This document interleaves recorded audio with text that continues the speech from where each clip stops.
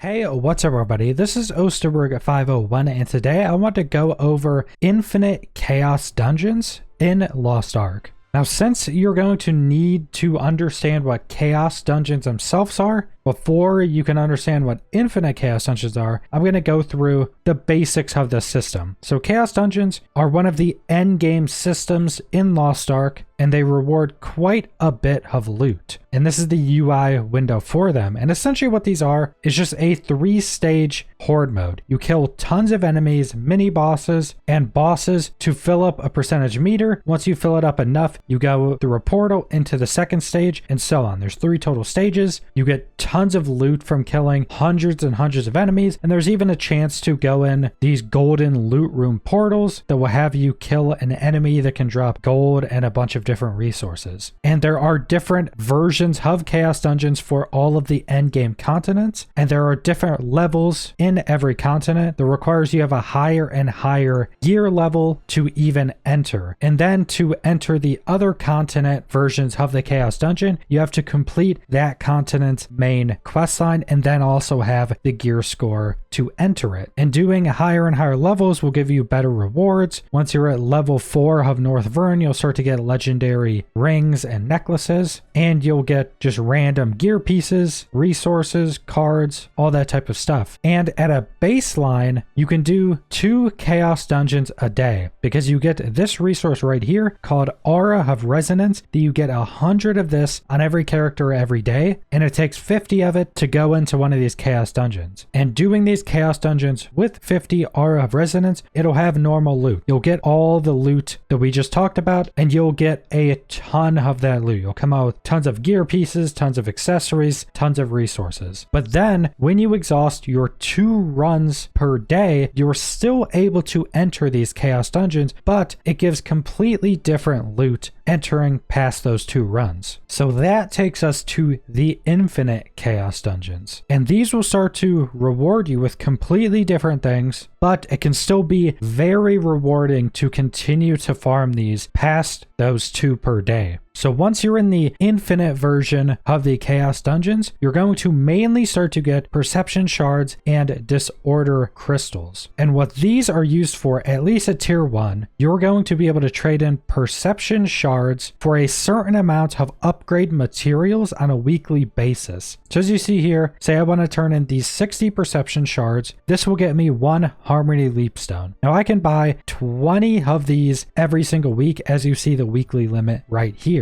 And as you see, I've already bought all of my harmony shards I can get for this week. You can buy destruction stone fragments and guardian stone fragments. And you can also buy some engraving books if you want to buy those as well. All of these have a weekly limit, but you can get quite a bit from doing these every week. And these are also character specific. So if you have alts, you can also do these on alts and send them to your main character. So that is a potential thing you could also do. Then you can also go through the other pages, and disorder crystals allow you to buy different accessory and jewelry pieces. Now, if you just go to the end, you're able to buy the 420 legendary versions of these, and it's actually only 25 disorder crystals per one of these. So that's already pretty good. And something to note with these items is since they have random rolls, as in random roll combat stats and random roll engraving effects, you can continuously buy more of these to try to get the best rolls for you, because these don't have a weekly limit to them. So you can just continuously buy these and try to get the best rolls for you, which can definitely be something that's pretty helpful. And like I mentioned, I'm just going over the tier 1 stuff today because 99.9% of the player base is still at tier 1 and is going to be at tier 1 for I'd say probably a week or 2. But you'll also still be able to do this once you get to tier 3 and once